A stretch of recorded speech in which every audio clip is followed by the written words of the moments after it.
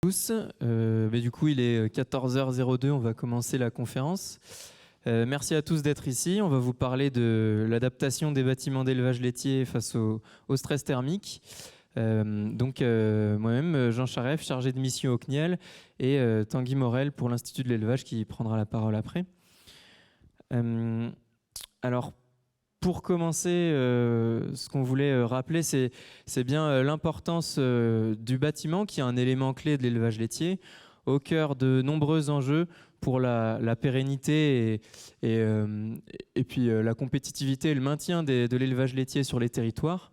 Donc le bâtiment est au cœur d'enjeux autour de tout ce qui est environnemental, social et bien sûr économique, mais aussi sur tout ce qui est préoccupation sociétale. C'est un élément clé à la fois pour bien sûr le bien-être de l'éleveur, pour le bien-être animal et aussi pour tout ce qui est confort de travail. Et puis on sait que c'est un investissement qui est lourd et puis sur du long terme. Donc le bâtiment d'élevage laitier, un enjeu important pour la filière. Parallèlement à tout ça, un autre constat qui est là par rapport à tout ce qui est changement climatique. En 2015, les professionnels du CNIEL ont demandé à ce qu'il y ait un travail qui soit mené sur l'adaptation des élevages laitiers face au changement climatique. Donc le CNIEL, l'interprofession laitière, a initié et financé un programme multipartenarial sur la thématique de l'adaptation des élevages laitiers face au stress thermique. C'est un travail qui a été mené sur 20 zones et qui s'est notamment intéressé à la question de l'impact du changement climatique sur les animaux d'élevage. Avec là, comme vous pouvez le voir sur cette carte, ce qui a été constaté, c'est l'augmentation du nombre de jours de situations de stress thermique et aussi de l'intensité de ce stress thermique pour les animaux d'élevage. Dans ce programme Climalais, il y a aussi eu des échanges avec les éleveurs et les conseillers. Et ces échanges, ils ont permis d'identifier le fait que l'adaptation des bâtiments face au changement climatique et ce phénomène de stress thermique, il était très important et très préoccupant pour les éleveurs. Et c'est donc dans ce cadre-là que le CNIEL a choisi d'initier des travaux sur cette question de l'adaptation des bâtiments. Donc concrètement, comment ça s'est caractérisé? Ça a été un des axes d'un programme plus global qui a été financé par le CNIEL, qui s'appelle Bâtiments d'élevage laitier de demain, qui a été financé entre 2018 et 2020. Comme vous pouvez le voir, c'est un programme multipartenarial lui aussi. Il comprenait deux principaux axes de travail. Un premier axe qui était plus sur ce qui est méthodologie, avec des travaux sur la méthode de conception et construction de bâtiments d'élevage laitier. Donc ces travaux qui ont abouti notamment à un livrable qui est ici et qui est disponible sur le site cnielinfo.com, qui est donc sur les résultats d'une enquête qui a été réalisée et de conseils et de retours d'expérience d'éleveurs sur leur méthode de conception et de construction de bâtiments. Le deuxième axe de travail de ce programme qui va nous intéresser plus particulièrement aujourd'hui, il avait là un aspect plus technique et il concernait l'adaptation des bâtiments d'élevage laitier face au stress thermique. Et je vais laisser la parole tout de suite à Tanguy Morel de l'Institut de l'élevage qui va vous présenter plus en détail les travaux qui ont été menés et les résultats qui ont été obtenus sur ce programme-là. Merci Jean. Donc, je suis Tanguy Morel de l'Institut d'élevage. Je suis dans le service capteur équipement bâtiment et je suis notamment chargé de tout ce qui est innovation dans les bâtiments d'élevage laitier.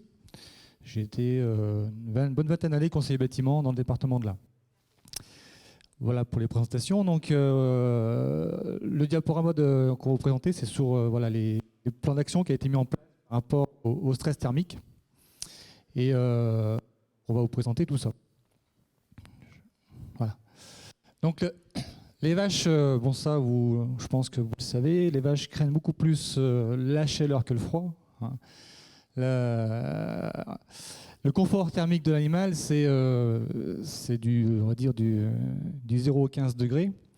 Et dès qu'on commence à dépasser les 22 degrés, on va commencer à avoir une sorte de stress ou une compétition qui va se créer. Et donc, quand on monte à des températures de 30, 35, 40 degrés, là, ça devient un inconfort pour l'animal et donc un stress. Alors, on a plusieurs indices qui permettent de mesurer ce stress thermique. Le premier, le plus facile, qu'on entend beaucoup parler actuellement, c'est le THI. Voilà. Donc le THI, vous avez la formule tout en haut à droite, mais ce n'est pas forcément la formule en elle-même, c'est pour montrer le THI prend en compte à la fois la température et l'humidité relative du bâtiment. Et donc, en prenant ces deux composantes, on a établi des constantes pour montrer là, à quel point, à partir de quel niveau on commence à avoir un THI où la vache peut stresser. Donc un THI en dessous de 68, on est sur un confort de l'animal, et au-delà, au-dessus de 68, on va commencer à avoir des symptômes de stress. Si on prend donc un THI, si on prend une humidité relative à 50% par exemple, qui est assez courant, vous voyez qu'à partir de 22 degrés, jusqu'à 22 degrés on est bien, et au-delà on commence à avoir des stress, stress léger, stress modéré, stress sévère, et voire des stress qui peuvent être extrêmement inquiétants. Donc par contre, le THI, lui, est un indice qui est intéressant parce qu'il prend des valeurs faciles à récupérer. L'humidité, on l'a sur les données météo. Par contre, il est un peu insuffisant parce qu'il ne prend pas forcément en compte tous les facteurs autour de l'animal. Et donc on a la température, l'humidité, c'est une bonne chose, c'est une jeune chose. Mais on a d'autres éléments qui peuvent influencer aussi le confort de l'animal. Et donc dans ces autres éléments, on va avoir la vitesse de l'air, qui va permettre des fois le rafraîchissement de l'animal par rapport à des températures élevées. Et on a un autre facteur qu'on prend de plus en plus en compte actuellement, c'est le rayonnement. On va en reparler après. Mais le rayonnement, c'est un facteur qu'on n'a pas forcément assez considéré jusqu'à maintenant.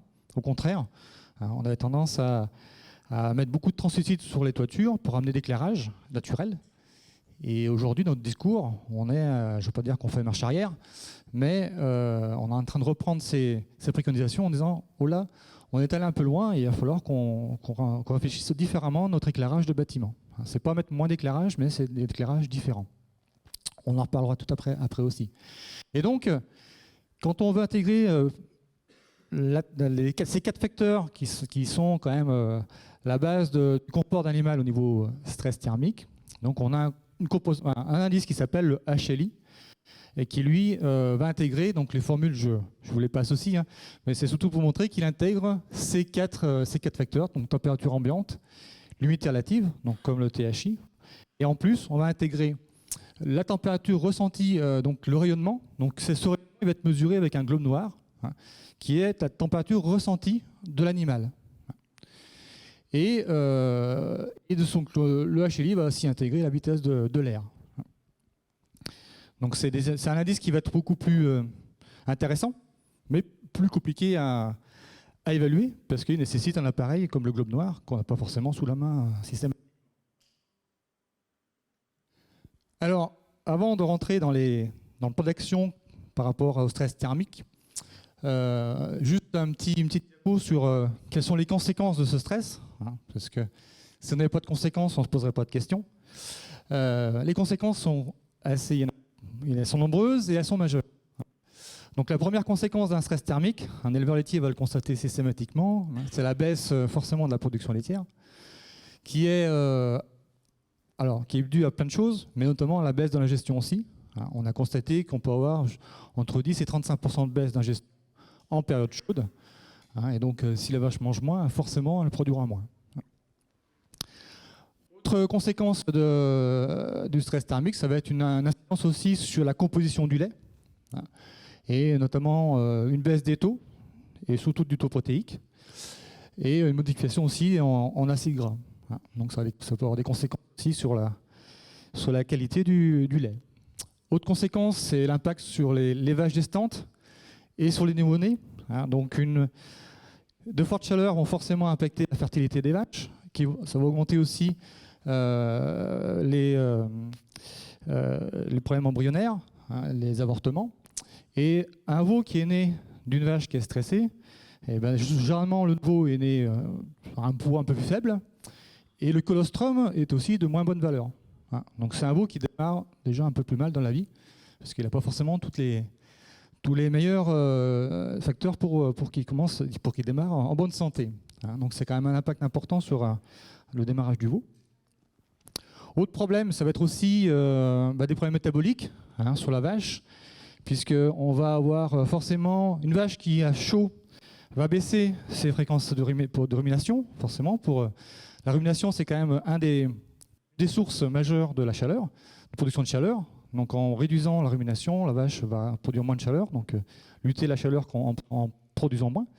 Donc une baisse de la rumination, mais par la baisse d'une rumination, on va avoir aussi une baisse de tout le mouvement salivaire, et donc une baisse du pH du rumen.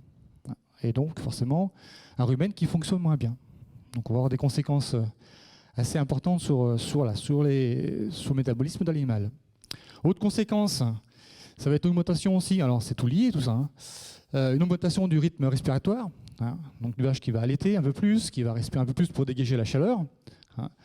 C'est des vaches qui vont moins se coucher, forcément pour essayer de dégager cette chaleur.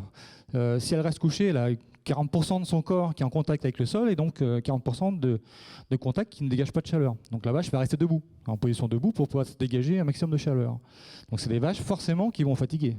Si elles restent plus debout, elles vont fatiguer. Et derrière, en conséquence, on peut se retrouver avec des problèmes d'aplomb, des problèmes de boiterie. Donc des vaches qui vont aussi moins bien marcher sur plutôt du long terme. Et donc on a constaté aussi que le temps debout a augmenté de 30% en période chaude, en moyenne. Il peut augmenter même de 50%, voire plus, quand on est vraiment en période très chaude dans la journée. Donc ça va être des vaches qui vont fatiguer, donc forcément, derrière, indirectement, c'est des vaches qui produiront moins de lait.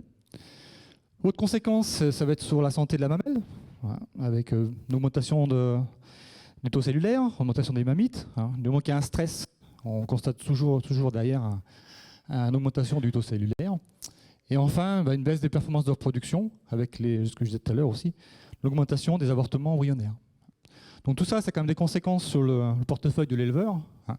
Donc c'est pour ça que le stress thermique aujourd'hui, c'est quand même une question majeure qu'il faut qu'on arrive alors, forcément à effacer, parce que la chaleur, elle existe et on ne pourra pas la combattre à 100%, mais réduire tous ces phénomènes. Alors, l'étude a permis de voir un petit peu quel plan d'action on peut établir pour réduire ce stress, réduire l'impact du stress thermique. Alors, juste une petite diapo avant de rentrer dans le vif du sujet de la réduction de cet impact du stress thermique. Avant tout, quand on parle d'animal, quand on dit que l'animal se couche moins, il faut aussi qu'avant tout, on ait un confort de couchage. Des fois, je me demande que ça saute. Je disais oui, du moment qu'on a un couchage qui n'est pas forcément le plus confortable, on ne va pas forcément aussi encourager la vache à se coucher. Donc c'est primordial, avant tout, avant de mettre ces plans d'action sur le stress thermique, c'est qu'on ait un bâtiment qui puisse être sur un confort au maximum, au top. Donc ça va passer forcément par des logettes qui soient confortables au sol, avec un couchage confortable et propre, et sec, pour déjà encourager la vache à se coucher. Donc ça veut dire aussi donc, des aires de vie suffisantes, donc je disais un couchage confortable, et des logettes qui soient adaptées aussi au gabarit des vaches, et notamment les plus grandes. Donc ça, c'est indispensable aussi avant de commencer à réfléchir sur les autres plans d'action. Alors, dans l'étude, 7 plans d'action ont été définis. Donc 5 qui sont, on va dire, prioritaires, sur lesquels on peut jouer et qui sont faciles à mettre en place.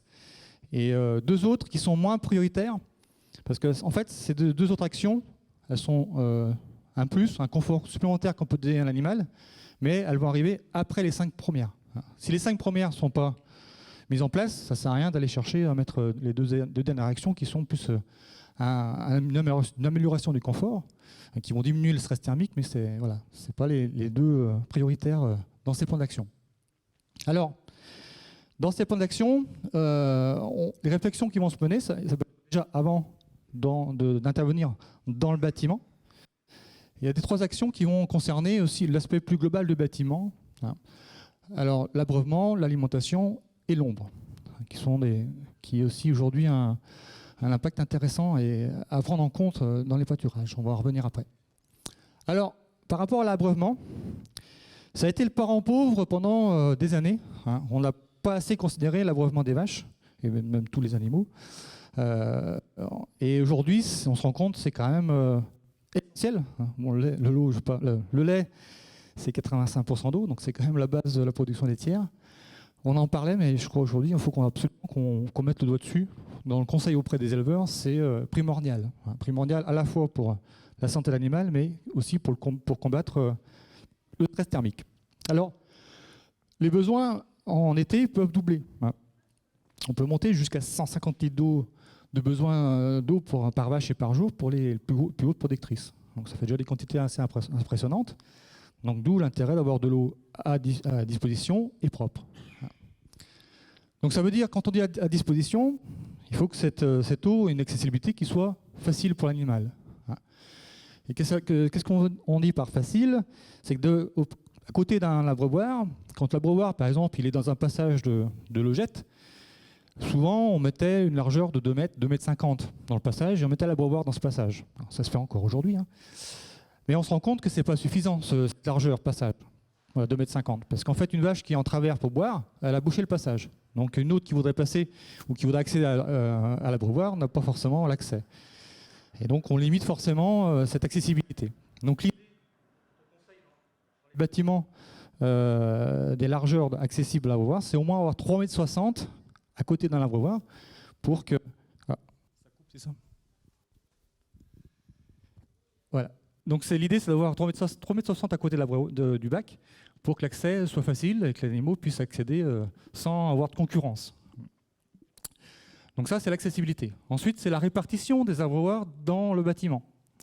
Alors on dit un abreuvoir tous les 15-20 mètres ou toutes les 15-20 logettes pour que l'animal...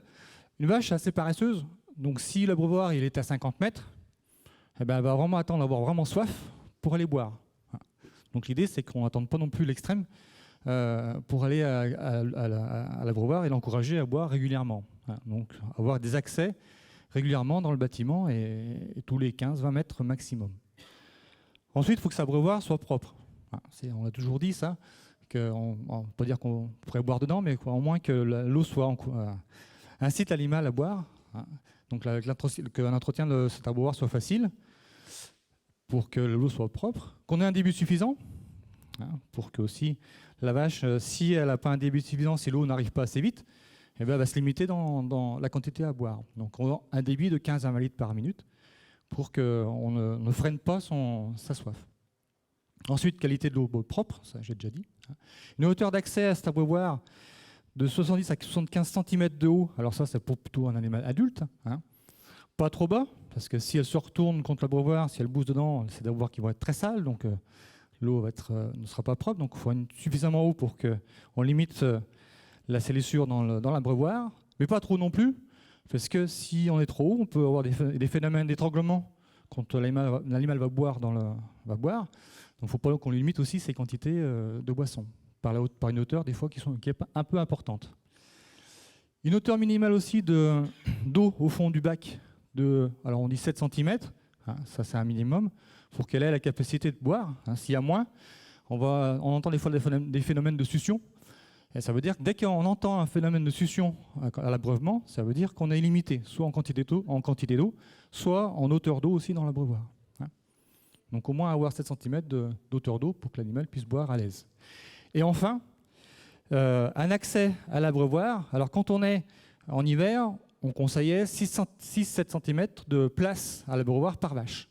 Quand on est en été, il faut augmenter cette place pour justement limiter la concurrence à l'abreuvoir. Donc il faut monter à 10 cm de place à l'abreuvoir par vache, par vache. Donc voilà, ça c'est tous ces éléments déjà sur l'abreuvement où c'est des choses qu'on connaît, mais sur lesquelles on n'insiste pas forcément assez quand on construit un bâtiment ou quand on veut améliorer le logement des animaux. C'est quelque chose qui est primordial. Donc en parallèle de l'abreuvement, il y a la partie alimentation. Donc la partie alimentation, le plan d'action peut se situer à plusieurs niveaux. Alors le premier, ça va être déjà sur le stockage de l'aliment, notamment de l'ensilage. C'est quand on construit un bâtiment, c'est raisonner d'entrée de jeu sur la partie fond d'attaque, qu'on va essayer de favoriser, de l'avoir plutôt au nord, à l'abri du soleil, pour qu'il chauffe moins. Et donc aussi dans la dimension du front d'attaque, hein, pour que l'été, on puisse avancer assez vite pour limiter l'échauffement. Donc ça, c'est une première base dans la conception des silos, ouverture au nord et une avancée la plus rapide possible, assez rapide pour qu'on limite l'échauffement au front d'attaque. Et ensuite, il y a aussi tout ce qui est rythme de distribution. Si l'hiver, on a pris une stratégie de distribuer une fois par jour, l'été, on va essayer de distribuer peut-être au moins 2 fois par jour pour limiter les quantités à l'auge et limiter l'échauffement de l'ensilage à l'auge. Et peut-être aussi distribuer à des moments plus frais de la journée, le matin de bonne heure ou le soir. Éviter de distribuer en pleine journée et que les vaches ne viennent pas manger parce qu'il fait trop chaud. Et donc que l'ensilage chauffe en période chaude. Ensuite, la deuxième plan d'action sur l'alimentation, ça va être au niveau de l'accès à l'auge. On a parlé de stockage, distribution. Donc on va être sur la partie auge, où là, il est primordial d'avoir au moins une place par vache à l'auge. Parce que les vaches, comme il y a des périodes de la journée où elles ne vont pas venir manger parce qu'il fait trop chaud, ou que l'auge est peut-être au soleil, donc ce n'est pas confortable pour elles, elles vont réduire leur temps à l'auge. Donc si elles réduisent leur temps à l'auge, il faut absolument qu'elles y trouvent toute une place au moment où elles vont venir manger. Donc ça, c'est... Alors, on conseille déjà, généralement, quand on fait un bâtiment, on met une place à l'auge par vache. Mais en été, si on a même presque plus d'une place par vache, ça sera encore mieux. Parce qu'on a ce phénomène de recoupement d'accès à l'auge dans la journée. Et enfin, le troisième plan d'action sur l'alimentation, ça va être la disposition de cette auge par rapport à l'ensoleillement. Et aujourd'hui, il faut absolument qu'on essaye de limiter l'ensoleillement de l'auge pour à la fois que l'animal ne se mange pas en plein cagnard, donc ça aussi pour l'animal, mais aussi pour limiter l'échauffement de l'ensilage à l'auge. Et donc, vous avez fait la photo du haut où qu'on voudrait éviter aujourd'hui, éviter d'avoir le soleil qui tape en plein début d'après-midi sur l'ensilage. Et donc la deuxième photo en dessous montre aussi comment on pourrait aménager l'auge pour limiter cet ensoleillement. Donc sur la photo, ça va être juste baisser un petit peu le rideau pour mettre à l'ombre l'auge. Ou après, il peut y avoir d'autres solutions, ou faire un déborde-toit plus important avec l'ensoleillement, qu'on puisse, même à 14 heures, qu'on ait l'auge à l'ombre. Donc ça peut être, on travaille sur les filets ou on peut travailler sur un déborde-toit plus important. Le déborde-toit, on va revenir, parce que c'est quand même quelque chose qui est une option qu'il faut aujourd'hui étudier de plus en plus par rapport au stress thermique. Et enfin, la troisième plan d'action sur lequel on peut intervenir sur l'aspect général du bâtiment, ça va être, on n'est pas forcément dans le bâtiment là, ça va être l'ombre en prairie. Donc l'ombre en prairie, en fait, c'est quand une température ressentie à l'ombre, elle peut être jusqu'à 14 degrés de moins comparativement à une exposition en plein soleil. Donc l'ombre est quand même hyper importante en prairie. Après, par contre, il ne faut pas un simple chêne au milieu du pré et on se dit c'est bon, l'ombre je l'ai. Mais si on a 100 vaches sous le chêne, déjà elles vont se regrouper, donc elles vont avoir chaud entre elles, s'échauffer au lieu de se refroidir. Et puis elles vont se salir aussi. Donc quand on dit ombre, ce n'est pas qu'une seule ombre, c'est une répartition de l'ombre dans la pâture. Et malheureusement, des fois, on a arraché tous les arbres et maintenant, aujourd'hui, il faudrait les replanter. Et donc l'impact de ce stress thermique, il est aussi sur, on a parlé des vaches laitières, mais aussi, quand les vaches sont en pré, sur les vaches taries et les génisses. Avec toutes les conséquences qu'il peut y avoir derrière, parce qu'une vache qui est gestante ou une génisse gestante, on l'a dit tout à l'heure, un veau qui naît d'une vache qui a été stressée, qui a subi un stress thermique, c'est un veau qui va être plus petit, qui va être un peu moins combatif par rapport à des maladies. Donc c'est aussi assurer de l'ombre pour cette catégorie d'animaux, les vaches taries, les génisses, sur lesquelles des fois on ne pense pas trop. Et aussi donc les vaches en production, quelle stratégie on peut avoir? Donc l'idée c'est d'avoir une alimentation fourragère de qualité répartie dans la journée, donc ça reprend un petit peu ce que j'ai dit tout à l'heure, essayer de la distribuer plus souvent dans la journée. Il y a des périodes plus fraîches de la journée aussi. C'est aussi, pour les vaches qui sont en pâture, c'est peut-être aussi les rentrées, les après-midi qui sont chaudes, dans un bâtiment qui est bien ventilé. Si c'est une cocotte minute, c'est peut-être pas l'intérêt. Mais si le bâtiment est bien ventilé, c'est intéressant aussi de les rentrer à cette période-là. Et favoriser donc le pâturage plutôt la nuit, en période plutôt nocturne ou plus fraîche, pour qu'elles soient encouragées aussi à pâturer et pas rester sous le chêne ou au bord de la prairie à l'ombre. Donc la pâture aujourd'hui, c'est quelque chose aussi qu'il faut intégrer dans le stress thermique. Donc ça a été les 3 premières actions qui se situent autour du bâtiment. Et après, on a 2 autres actions qui vont intervenir plus directement sur le bâtiment, sur la conception du bâtiment. Donc la première action, ça va être de réduire le rayonnement. Attends, Jean, parce que... Donc l'idée, c'est de réduire le rayonnement. Alors ce que je disais tout à l'heure, c'est vrai qu'on a, pendant des années, et moi le premier, pendant des années, on a préconisé des surfaces de translucide, un pourcentage de translucide sur la toiture de 10, 12, voire des fois 15%, pour avoir un éclairement l'hiver, surtout l'hiver, un bon éclairement dans le bâtiment. Sans trop se soucier de la chaleur, parce qu'on disait plutôt mettre une priorité sur l'éclairement. Alors c'était bien, on avait des bâtiments hyper clairs, mais par rapport à ce conseil, on s'est rendu compte qu'en fin de compte, l'hiver, ça répondait bien à notre objectif de mettre de l'éclairement, mais indirectement, l'été, on se rend compte qu'on a fait des bâtiments qui chauffaient trop. Alors au début, on subissait, on se disait oui, c'est comme ça. Et maintenant, on se dit non, il faut qu'on se prenne en main. En fait, compte, il faut cet éclairement qu'on a préconisé pendant des années en toiture, il faut qu'on le revoie et qu'on conseille des éclairements différents. Donc par des bardages, donc voilà, des décalages de toiture, des choses comme ça, mais moins par translucide en toiture. Ou si on veut le faire par translucide parce qu'on n'a pas le choix, les bâtiments qui sont très larges, il faut quand même qu'on ramène un peu d'éclairement. On va peut-être privilégier des rampants nord, par exemple, où on n'a pas un soleil direct. Donc c'est des choses comme ça aujourd'hui qu'il faut vraiment intégrer dans le conseil. Éclairement, oui, il le faut, toujours, mais différemment par rapport à ce qu'on a pu préconiser pendant des années. Donc, par rapport au rayonnement, tout à l'heure, je t'expliquais que quand on calculait le HLI, on avait donc un critère qu'on pouvait mesurer, ce rayonnement on peut le mesurer, donc grâce à un outil qui est équipé d'un globe noir. Et ce globe noir permet de mesurer une température ressentie par l'animal. Alors, on peut, par rapport à ce rayonnement, on peut éviter.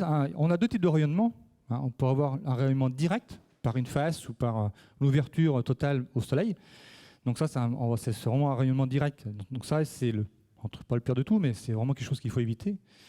Et le deuxième type de rayonnement, c'est des rayonnements indirects. Donc ce que je disais, ça va être des rayonnements qui vont rentrer par des éclairants comme des dômes éclairants, par les translucides, voire par aussi des rayonnements qui peuvent aussi être transmis par des matériaux comme le béton. Le béton va emmagasiner la chaleur la journée et le restituer la nuit. Ce qui fait que c'est des bâtiments qui se rafraîchissent moins la nuit. La vache, si elle a, dans les 24 heures, si elle a un moment où on a un rafraîchissement, on va limiter ce cumul de chaleur au fur et à mesure des journées. Et donc le stress thermique, on va le maintenir. On ne va pas forcément le diminuer, mais on le maintient. Il ne va pas monter de jour en jour. Si on a un bâtiment qui accumule la chaleur de jour en jour, la vache va accumuler cette chaleur et pas avoir de moment pour se soulager et se rafraîchir. Et donc, on pourrait aussi isoler des bâtiments par rapport à ce rayonnement. On va voir après que ce n'est pas forcément les solutions les plus économiques et les plus optimum. On en reparlera après. Alors, donc éviter le rayonnement direct. Donc déjà, on l'a dit, c'est éviter cette introduction de soleil direct dans le bâtiment.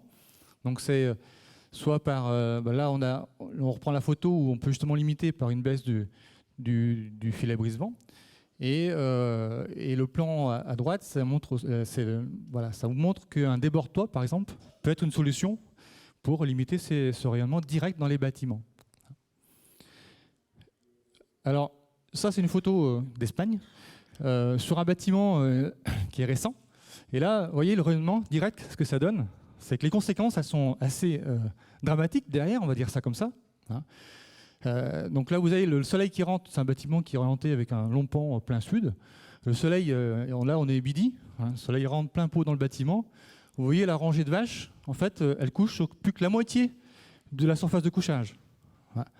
Donc là, derrière, c'est à la fois déjà les vaches qui se regroupent, donc qui n'arrivent pas à se rafraîchir, mais en plus, avec toutes les conséquences à la fois de salissure entre elles, et puis de maintien d'une litière propre. Hein. Et là, sur cet exemple, c'est la litière malaxée. Donc une litière malaxée, la réussite d'une litière malaxée, c'est un des facteurs de réussite, c'est la surface de couchage par bête. Hein. On est entre 10 et 15 mètres carrés par vache. Donc là, si vous divisez par 2 la surface de couchage, eh bien, votre litière, derrière, elle va moins bien se comporter. Hein. Donc vous voyez le rayonnement direct derrière, quel impact il peut avoir sur le comportement des animaux et puis sur le comportement de la litière et toutes les conséquences qu'on peut avoir derrière. Hein. Donc là, vous avez un autre exemple aussi du rayonnement, alors du rayonnement plus indirect là. Donc le schéma, c'est le bâtiment, et à droite, vous avez la photo du bâtiment. Donc en fait, le bâtiment, il a un rayonnement indirect. Les ronds, ce sont le rayonnement des translucides au sol, sous l'air taillé. Et donc vous voyez que vous avez après une répartition du rayonnement sur tout le bâtiment, et que les vaches, elles sont concentrées là où il n'y a pas de rayonnement, plutôt à l'ombre. Et le schéma à droite, c'est un bâtiment où il y a des ventilateurs pourtant. Donc c'est pour bien vous montrer que, on va parler de ventilateurs après sur la mesure 6 et 7. Hein. Là, c'est un exemple qui est flagrant. Je vais vous montrer que même si on a mis des ventilateurs pour apporter du confort animal, si à la base on n'a pas un bâtiment qui est déjà bien conçu, qui limite ce rayonnement ou le stress thermique, les ventilateurs, ils ne servent à rien. Ils vont brasser de l'air chaud et en plus ils vont brasser des zones où les vaches n'y sont pas parce que ce n'est pas confortable pour elles. Hein. Donc avant d'avoir une réflexion sur de la ventilation mécanique, c'est indispensable de réfléchir déjà sur que le bâtiment soit confortable avant tout. Hein. Et donc les vaches, vous voyez, là vous avez... Alors les couleurs montrent la vitesse d'air. Hein. Donc plus c'est jaune, si on approche dans le jaune et vers le vert, mais il n'y a pas de vert. Quand on approche dans le jaune, c'est les vitesses qui sont intéressantes pour l'été. On est à 3-4 mètres secondes. Et les zones qui sont plutôt violettes, c'est les zones où ça ne ventile pas. Et là, les vaches, donc elles sont toutes concentrées côté Canadi. Et vous voyez, elles sont toutes concentrées en haut. Elles ne sont pas forcément concentrées là où la ventilation est pourtant bonne. Donc c'est bien dû à un rayonnement indirect qui fait que les vaches, elles vont préférer se mettre à l'abri de l'ensoleillement et du rayonnement, même si la ventilation est bonne. Alors là, vous avez donc un exemple de mesure avec le globe noir. Donc vous avez ici à gauche donc la température ambiante du bâtiment et à droite, vous avez la mesure de la température ressentie par l'animal. Donc là, on est juste à l'aplomb d'un dôme éclairant. Hein, vous voyez, vous avez le fêtage au milieu avec le dôme éclairant. Et donc, vous avez 3 degrés d'écart entre l'ambiance du bâtiment et la température ressentie de l'animal à l'aplomb du dôme éclairant. Et 3 degrés, c'est énorme pour une vache. Hein. C'est énorme. Donc voilà. Alors, on ne dit pas qu'il ne faut pas mettre de dôme éclairant, mais... Voilà, il ne faut pas exagérer sur la dimension de ce dôme éclairant, sur cette largeur. Alors, je fais une petite parenthèse, si on n'a pas le choix de ramener l'éclairage en toiture, il vaut mieux la ramener par un dôme éclairant qui sera le plus haut possible dans le bâtiment et qui diffusera mieux que des translucides dispatchés dans la toiture, qui vont faire des impacts de rayonnement au sol qui, justement, après, vont conditionner le fait que les vaches vont se grouper là où il n'y a pas l'impact. Voilà, c'est une petite parenthèse. S'il faut vraiment faire des choix, ça va être plutôt un dôme éclairant, pas trop large, le plus haut possible pour diffuser le plus possible l'ensoleillement. Et donc, voilà. On insiste un peu là-dessus dans les messages, mais c'est éviter les tôles éclairantes en toiture et à minima les placer plutôt sur des rampants nord et plutôt sur des façades qui sont protégées du soleil. Donc tout à l'heure, je disais, on parlait d'isolation aussi pour combattre ce rayonnement. Alors l'isolation sur un bâtiment volumineux, quand on parle d'isolation, on va dire c'est autour de 20 € le mètre carré supplémentaire dans la conception du bâtiment.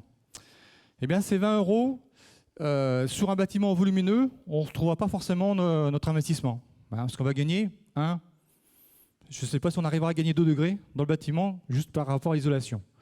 Donc l'isolation ne sera pas forcément... Alors, si on peut se permettre d'investir dans l'isolation, c'est toujours un plus. On limitera un peu ce rayonnement, mais ce n'est pas peut-être le meilleur placement de notre argent dans le confort thermique.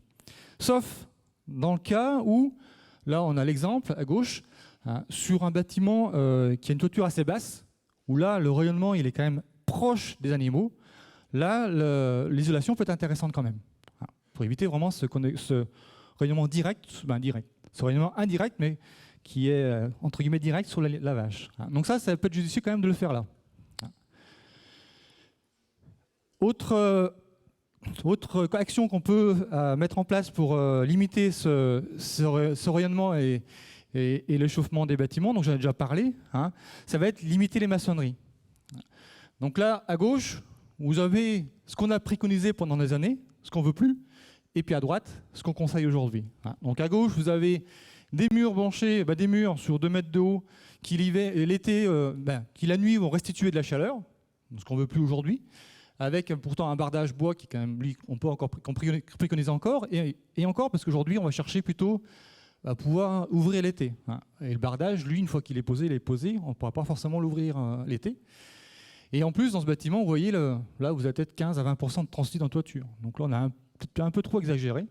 Et à droite, on va plutôt passer, vous voyez, sur une toiture quasiment ou à 100% sans translucide, avec un bardage en filet brise-vent, qu'on va pouvoir maîtriser en termes d'ouverture, et un muret qu'on va limiter à 50 cm de hauteur, de manière de mettre hors d'eau, le filet.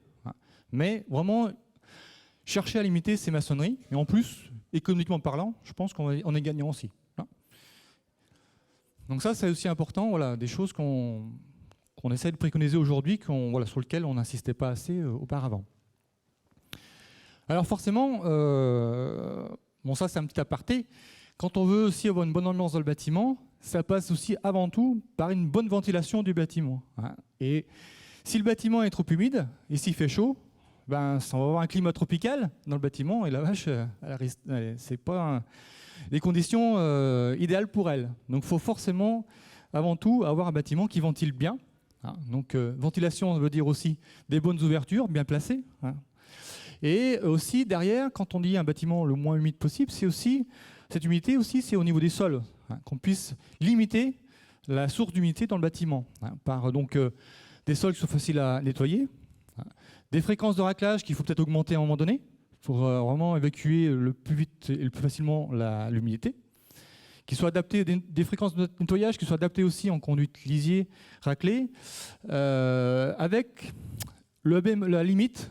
Quand on racle un peu souvent, quand il fait très chaud, quand on a un bâtiment qui ventile bien, on peut avoir une formation de croûte sur ces raclages qui peut après devenir glissant, donc inconfortable pour l'animal. Et là, c'est vrai qu'à un moment donné, il faut qu'on trouve un compromis.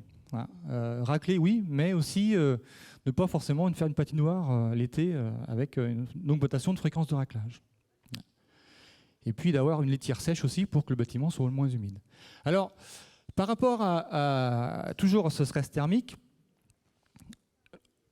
quand on fait un bâtiment, ce matin on était sur la présentation de Shelter, qui lui est un outil de calcul des ouvertures ventilantes et qui va prendre plutôt une ventilation naturelle de type effet cheminée, ce que vous avez à droite. Donc l'air rentre par les côtés et avec le tirage, l'air va ressortir par le fêtage.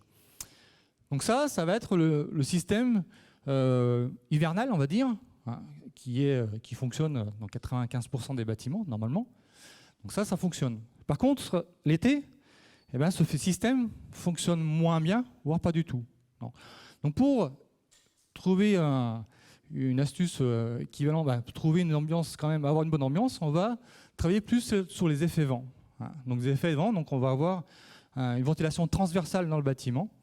Et donc pour l'avoir, ça va être augmenter les ouvertures justement, pour travailler sur un balayage de l'air dans le bâtiment. Donc augmenter la vitesse d'air dans le bâtiment et pas chercher à avoir un air qui chauffe et qui monte, parce que l'été il est déjà chaud, il ne va pas plus beaucoup monter, mais plutôt une ventilation horizontale. Donc ça veut dire des façades quand on construit un bâtiment, on a beaucoup construit des bâtiments en se protégeant des vents dominants.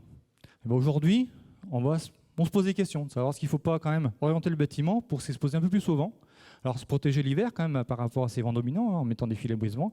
Mais l'été, l'avantage c'est que ces vents vont traverser le bâtiment et balayer l'intérieur. Donc ça remet en cause pas mal de préconisations qu'on a pu faire pendant des années, parce que voilà, le changement climatique fait qu'on est obligé d'évoluer dans la conception de nos bâtiments. Alors autre chose aussi, on parle d'effet vent, donc on parle de balayage dans le bâtiment. C'est aussi dans la conception des bâtiments, c'est éviter de faire des rajouts un peu partout par simplicité, de caser devant le couloir d'enfroigement les génisses, de mettre une nurserie derrière, et en fait d'augmenter la largeur des bâtiments, mais de limiter la ventilation transversale en faisant ça. Mais donc l'été on a tout faux, quoi. On n'a plus moyen de faire des ouvertures et de balayer la ventilation dans la partie vache laitière. Donc faites attention aussi quand on fait des agrandissements de bâtiments, de bien privilégier cette ventilation transversale pour la saison estivale. Alors là, vous avez des solutions aussi pour augmenter cette ventilation l'été. Là, vous avez des bardages bois où les planches se superposent, ce qui fait qu'on augmente l'ouverture en partie basse. Alors oui, ce que j'ai pas dit aussi, sur cette photo à gauche et celle de droite, l'idée, c'est l'été, ce qu'on a besoin, c'est de ventiler le bâtiment en partie basse, pour essayer de ventiler sous le ventre des animaux, pour que c'est justement qu'on a qu'on arrive à les aérer le plus possible. Et donc ça, c'est important, quand on peut, de privilégier la ventilation en partie basse pour les bâtiments d'élevage en été. Alors, ce que je disais tout à l'heure, donc on a des outils qui permettent de calculer et dimensionner ces entrées de ventilation, à la fois pour l'hiver, mais aussi pour l'été. Donc là, vous avez un outil qui est sur le site internet, www.shelter.com. C'est une application numérique qui vous permet de calculer ces entrées d'air par rapport au type de bâtiment que vous avez, par rapport au gabarit d'animaux que vous logez, et par rapport à l'exposition du bâtiment aussi, si on est sur une zone ventilante ou pas, par rapport si on est en plaine ou en montagne. Tout ça, c'est intégré par l'outil, et vous pouvez donc calculer les besoins par rapport aux animaux que vous avez à loger. Alors, on a parlé de besoins pour les vaches laitières en production, mais il y a aussi d'autres animaux, d'autres zones du bâtiment qu'il faut aussi repérer, qui sont importantes, voire des fois prioritaires, notamment l'aire d'attente. Il faut penser que les vaches passent 2 à 3 heures, voire plus, dans cette zone-là, et elles sont concentrées dans cette zone. On les concentre, et généralement, les aires d'attente, ce n'est pas forcément les zones qu'on va privilégier dans l'ambiance du bâtiment, mais c'est pourtant des zones où les vaches sont déjà stressées un petit peu, parce qu'on les concentre. Donc il faut vraiment aussi porter de l'importance à cette zone-là. On verra tout à l'heure aussi sur la partie ventilation. D'autres animaux qu'il faut aussi privilégier, c'est toute la descendance. Ce que j'ai dit tout à l'heure, des génisses qui sont stressées, qui sont gestantes et qui sont stressées, derrière vont déjà donner un veau qui ne sera pas forcément dans les meilleures conditions. Et c'est souvent des génisses qui ont une production qui va être limitée au démarrage. Alors, on a parlé de 5 actions. 3 qui concernent le tour du bâtiment, 2 qui sont plutôt la conception du bâtiment ou l'intérieur du bâtiment. Et là, une fois qu'on a donc ces 5 actions, c'est à privilégier. Et si on constate que malgré tout ça, on a des difficultés à avoir des vaches qui soient bien, on a 2 autres actions qui sont possibles, mais qui viennent, j'insiste, qui viendront après les 5 premières. Ce qu'on a vu, si on ventile l'air chaud, ça ne sert à rien. Donc les 2 actions, ça va être la ventilation et le douchage. Donc la ventilation, en fait, l'idée d'une ventilation mécanique dans le bâtiment, c'est pas de brasser du volume d'air, ça va plutôt d'apporter une vitesse d'air sous le dos des vaches, pour les rafraîchir et leur donner cette sensation de fraîcheur. Et donc l'idée, c'est d'avoir une vitesse d'air prioritaire et non un cubage d'air. Et donc cette vitesse d'air, elle est de l'ordre de 1 à 3 mètres par seconde. C'est minimum 1 mètre pour vraiment qu'on donne cette sensation de fraîcheur. Et on va aller jusqu'à 3 mètres avec des conditions de douchage, on va le voir après.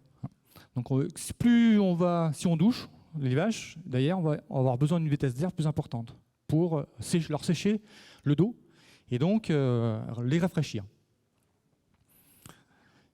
Non, c'est bon. c'est bon. Alors, la ventilation mécanique, en fait, le but, c'est d'évaporer cette eau qui peut être sur la peau des animaux. hein. Et donc, en ventilant, en évaporant, on va consommer des calories, donc on va rafraîchir l'animal. Donc ça va être de baisser la température perçue. Donc je disais objectif, au moins 1 mètre par seconde, hein, au niveau de l'animal. C'est bien au niveau de l'animal, hein, c'est pas au sol ou c'est pas à 5 mètres d'eau, hein, c'est bien au niveau de l'animal. Par contre, on peut avoir des inconvénients de poussière, de gêne, notamment par rapport au bruit, hein, par rapport à des ventilateurs, et être vigilant aussi sur l'assèchement des sols. Hein, je disais tout à l'heure, par rapport au raclage, on peut avoir des problèmes de croûte qui se forment et de glissade. Alors, par contre, quand on parle de ventilation mécanique, quelques erreurs des fois à éviter. Hein. C'est installation dans un bâtiment très rayonnant. On avait l'exemple juste avant. Hein. Brasser de l'air chaud où des vaches ne vont pas forcément aller parce qu'il y a trop de rayonnement. Nos brasseurs ne servent à rien. Donc déjà, bien avant d'installer les brasseurs, d'avoir un bâtiment qui soit déjà bien. L'installation dans un bâtiment trop fermé. Hein, donc trop fermé, ça veut dire qu'on n'a pas de renouvellement d'air. Ça veut dire qu'on va brasser de l'air chaud dans une cocotte minute. Donc pas d'intérêt non plus. Le choix d'un équipement peu performant. Alors là, on a une grosse évolution dans les ventilateurs. Donc plus on va chercher le dernier cri, mieux on est, hein, dans la technique dans les vitesses d'air, dans la direction de l'air qu'on veut donner. Donc d'année en année, on améliore là-dessus. Mais les premiers ventilateurs, en fait, on brassait de l'air, mais un peu dans le vide. Donc voilà, faire attention aussi, pas mettre des brasseurs d'air qui brassent autour de lui, mais sans brasser sur le dos des vaches. Une erreur aussi à faire attention, c'est de faire attention à ne pas sous-équiper le bâtiment en ventilateur. Et ça, on constate encore aujourd'hui. Généralement, bien sûr, ça coûte aussi, donc l'éleveur limite un peu son investissement, limite le nombre d'installations de ventilateurs dans le bâtiment. Et des fois, si on limite, on va créer des zones préférentielles, parce que tout le bâtiment sera mal ventilé. Et on constate encore trop souvent des zones mal ventilées, donc des zones mieux ventilées et préférentielles. Donc les vaches vont s'agglutiner sur ces zones préférentielles, où on ventile mieux. Et voilà, après on va créer une mauvaise répartition des vaches dans le bâtiment. Et donc voilà, des concurrences entre elles, des vaches qui n'ont pas accès à la ventilation, donc souvent des vaches qui sont dominées, donc des vaches qui sont plus faibles déjà, et elles n'ont pas forcément accès à une bonne ventilation, et ça ne va pas les améliorer dans leur bien-être. Un mauvais emplacement des ventilateurs aussi, hein, une mauvaise répartition, mais aussi mauvais emplacement des ventilateurs, donc faire attention à ça. Hein. Un mauvais réglage, hein, est souvent dû à l'inclinaison. Quand on est sur des flux horizontaux, souvent l'inclinaison n'est pas suffisante et l'air il court au-dessus des vaches, mais pas sur les vaches. Donc ça, des fois, faire attention. L'absence de vérification des vitesses d'air à la mise en route. Donc c'est vrai qu'on branche et on met en route, mais on ne vérifie pas assez souvent les vitesses d'air sur le dos des vaches. Bien, j'insiste là-dessus. Pas la peine la vitesse peut être bonne à 5 mètres, mais ce n'est pas là qu'on va rechercher les bonnes vitesses d'air. Alors là, vous avez des exemples de priorités à mettre dans un bâtiment quand on veut installer des ventilateurs et qu'on a un budget un peu limité. Quand on est en traite conventionnelle, ce que je disais tout à l'heure, la priorité, ça va être plutôt l'aire d'attente, qui est une zone qui est déjà stressante pour l'animal. Donc il faut déjà avoir ici une zone qui soit le plus confortable possible. Après, en 2, on va privilégier les zones de couchage et d'accès à l'auge. Et si vraiment on a un budget, on a les moyens de le faire, on peut aller chercher à ventiler aussi les zones de circulation entre rangées de logettes. Donc ça va être conventionnel. Et à droite, vous avez en traite robotisée, on va raisonner un peu différemment, parce que l'idée, c'est de privilégier une bonne circulation des animaux dans le bâtiment et de pas créer alors on pourrait se dire, la priorité, ça va être le robot, quoi. Mettre un bon ventilateur dans le robot pour inciter les vaches à venir se faire traire. Mais si on met qu'un ventilateur ici, toutes les vaches vont venir devant le robot. Et là, on va avoir encore vraiment du robot, un mauvais accès au robot, et puis voilà, on va créer des problèmes de la concurrence. Hein. Donc l'idée, c'est bien créer, dans un système robotisé, d'avoir une bonne circulation des animaux dans le bâtiment. Donc privilégier à la fois le robot, mais sur les accès à l'auge. Et puis on peut, si on a un bon budget, rajouter dans les couloirs de circulation dans les logettes aussi. Donc là, vous avez un exemple. Donc les couleurs vous montrent les vitesses d'air. Hein. Le noir, il n'y a quasiment peu. Donc là, en fait, les parties noires, c'est les parties où il y a des logettes. Donc là, vous avez l'exemple type où la vitesse d'air est bonne, mais uniquement c'est les couloirs de raclage, de circulation. Donc là, ça va être un bâtiment qui va privilégier des vaches debout dans les couloirs et qui ne va pas favoriser les vaches à se coucher dans les logettes. Donc là, on peut avoir une bonne circulation, une bonne vitesse d'air, mais une mauvaise répartition des ventilateurs. Là, vous avez un autre exemple sur de disposition aussi de bâtiments. Vous voyez une répartition qui est meilleure que celle d'avant, parce que voilà, les zones, on a quand même moins en moins de zones noires. Là, par contre, on est sur des types de ventilateurs qui sont plutôt un peu bruyants. Donc voilà, ça c'est des choses qu'il faut prendre en compte aussi par rapport au bien-être de l'animal. Autre type de ventilateur, un ventilateur à pales, hein, qui lui vont créer des flux d'air verticaux, hein, par rapport aux ventilateurs à turbine qui sont sur des flux d'air horizontaux. Donc là, on a un exemple aussi d'un manque de nombre de ventilateurs, hein. On en a 2 sur la surface. Donc vous voyez, on crée une zone de circulation d'air intéressante sous l'emplacement du ventilateur. Mais là, à côté, on n'a pas de ventilation. Donc on va vraiment créer des zones préférentielles et de la concurrence entre elles. Donc faites bien attention à ça. Alors juste la question, vous peut-être la poser, mais je vais répondre tout de suite. Est-ce qu'il est mieux d'installer des ventilateurs à pales ou ventilateurs verticaux? Alors il n'y a pas un système mieux que l'autre. C'est suivant ce que vous recherchez aussi. Le seul avantage d'un ventilateur à pales, c'est que lui, il va pouvoir tourner toute l'année et de pouvoir assécher un peu mieux une litière, par exemple, une litière paillée ou une litière compostée. Donc le ventilateur à pales peut avoir cet intérêt-là, mais voilà, il faut une très bonne répartition pour que ça marche bien. Alors, là, on a parlé de ventilation mécanique. Et dernier plan d'action qu'on peut mettre en place, ça va être l'utiliser de l'eau, donc douchage ou brumisation. Donc l'idée d'emmener de l'eau, ça va être de pouvoir rafraîchir l'animal. Mais si on amène de l'eau, derrière, on a forcément un brassage d'air, une ventilation mécanique avec. C'est pas juste mouiller les vaches, point final, on s'arrête. L'idée d'un douchage, c'est on amène de l'eau, mais derrière, on sèche l'animal tout de suite pour justement la rafraîchir. Un douchage est forcément lié à une ventilation mécanique auparavant. Et donc, éviter des douchages ou de la brumisation dans des bâtiments trop fermés, parce que l'humidité ne va pas sortir et on va augmenter les problèmes. Alors là, vous avez un tableau qui compare douchage et brumisation. Donc, la brumisation, l'idée, c'est de plutôt rafraîchir autour de l'animal, alors que le douchage, on va plutôt rafraîchir l'animal en lui-même. C'est la différence entre les deux systèmes. Et le douchage, donc il y a 2 principes. Soit on douche dans une zone. Alors cette zone peut être l'aire d'attente, par exemple, où on emmène les vaches déjà 2 fois par jour, elles y vont. Donc on pourrait faire un douchage avec une ventilation mécanique dans cette zone, voire ramener les vaches dans la journée dans cette zone pour faire un 3e douchage, voire un 4e douchage. Et aussi, on peut avoir un douchage aussi à l'auge. Donc on a un système de douche aligné à l'auge, et donc on peut faire 5 à 8 secondes de douchage, toutes les 3 à 5 minutes, avec une ventilation mécanique par-dessus. Pour privilégier l'animal à venir à l'auge, manger à l'auge, avec des détecteurs de présence, que le douchage ne se fasse pas pour rien non plus. La nuit, s'il n'y a pas de vache, on ne va pas doucher, on ne va pas se mettre à faire du douchage. Donc là, vous avez aussi des exemples de priorités à donner quand on veut mettre du douchage. Donc en traite conventionnelle, plutôt sur l'aire d'attente, et en traite robotisée, plutôt partout, pour avoir une bonne circulation des animaux.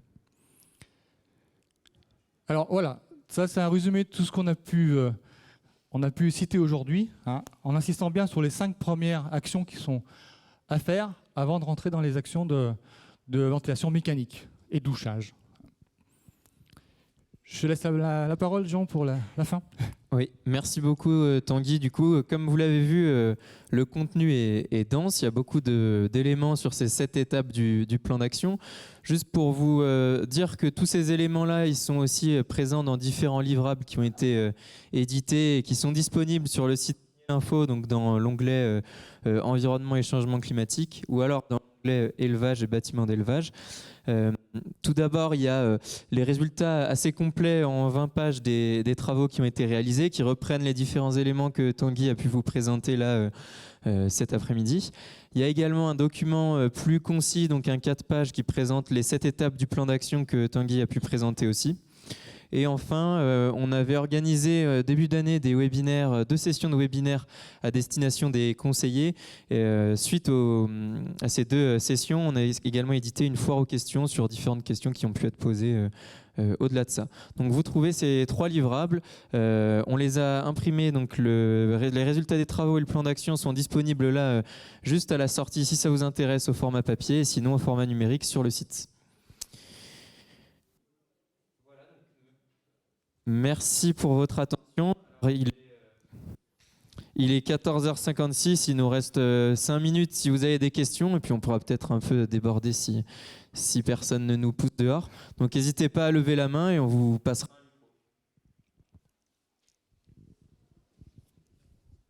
Oui, bonjour, Vincent Fétier, Agriperf en Suisse. Merci pour votre présentation.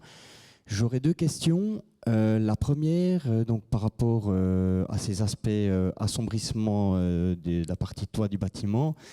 Donc, nous, on est en Suisse, hein, donc on a plus que 6 mois d'hiver, en fait. Et ma question, elle n'est pas sur l'été, où vous avez bien mis en évidence les avantages, mais l'Institut de l'élevage a-t-elle étudié aussi les impacts négatifs que peut poser par rapport à cet assombrissement sur les périodes hivernales, par rapport à l'aspect hormonal, production, ces aspects-là?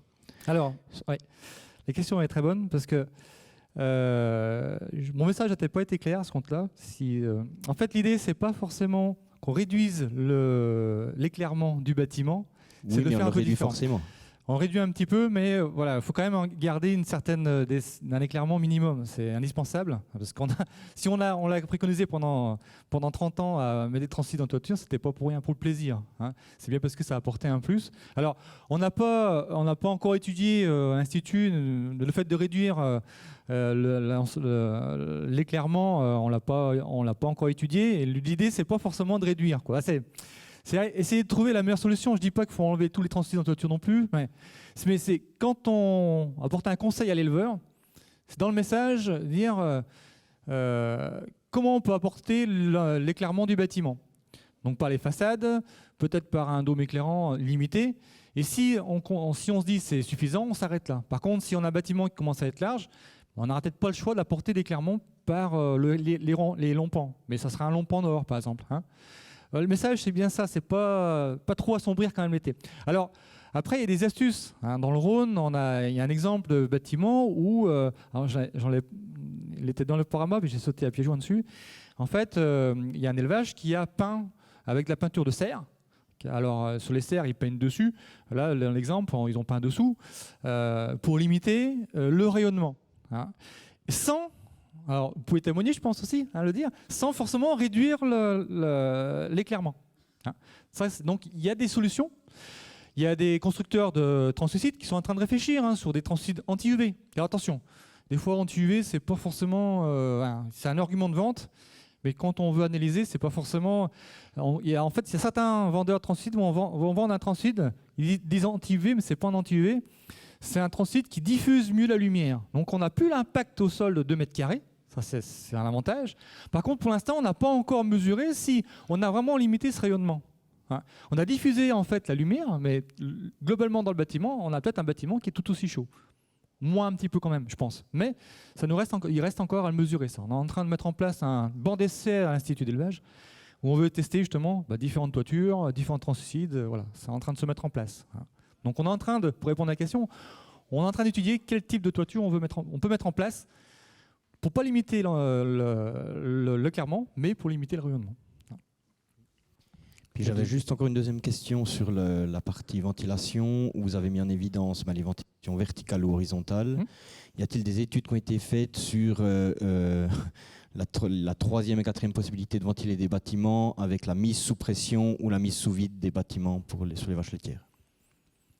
Alors, il n'y a pas eu non plus, il n'y a pas eu d'études avec un protocole bien défini. On est plus sur de l'expérience là, sur quelques résultats, oui, quelques constats qu'on peut faire, sur quelques expériences d'installation. La surpression ou la dépression, ça nous laisse un petit peu sur la fin pour l'instant. À la fois sur l'homogénéité dans le bâtiment de l'aération, parce qu'on est en surpression, on a souvent des passages préférentiels, des fois au-dessus des animaux. Si la gaine est un peu haute, en fait, on a une surpression en partie haute et pas sur les animaux. La dépression, c'est pareil. On va tirer quelque part et on a forcément aussi des passages préférentiels. Donc pour l'instant, on n'est pas sur des bâtiments de port ou volaille où c'est des bâtiments fermés où on maîtrise à 100%. Et on veut pas... L'objectif, c'est de ne pas arriver dans ces bâtiments-là pour les vaches laitières, j'espère. Et j'espère justement qu'on arrivera à faire des bâtiments bien aérés et rester sur la ventilation naturelle le plus possible.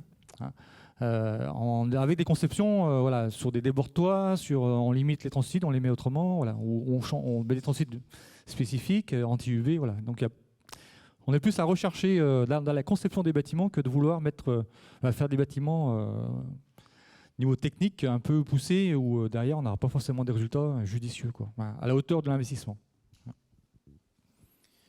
Et une autre question, oui. Luc Servet du magazine Wallonie Élevage. Un certain nombre d'éleveurs ont ce système D, ils arrosent leur toit. Ouais. Et à une époque, je m'étais un peu renseigné et j'avais cru comprendre que ce n'était pas très efficace. Et pourtant, eux, en général, relatent un effet significatif sur la température. Ouais, cette question, elle revient régulièrement. Alors, l'efficacité elle reste encore à prouver. Il y a toujours un plus, donc on se dit toujours que ça améliore. Mais par rapport à la quantité d'eau qu'on veut mettre et puis l'effet derrière qu'on en tire, je vais être très clair, je vais être un peu concis. Je dis pourquoi arroser sur le toit alors qu'on pourrait arroser les vaches directement? Et on aura un meilleur résultat à arroser les vaches directement avec une ventilation mécanique derrière, je dis pas, que vouloir arroser le toit où on aura un effet indirect sur l'animal et plus ou moins maîtrisé. Hein. Donc c'est ce principe, il est pas inintéressant. Hein, on fait que améliorer l'ambiance, mais ce qu'on améliore, c'est pas grand-chose. On va peut-être gagner 1 ou 2 degrés. Et par rapport aux quantités d'eau qu'on va consommer, ça sera plus intéressant d'arroser sous le bâtiment avec une ventilation mécanique que d'arroser dessus. Hein. L'effet sera beaucoup plus direct et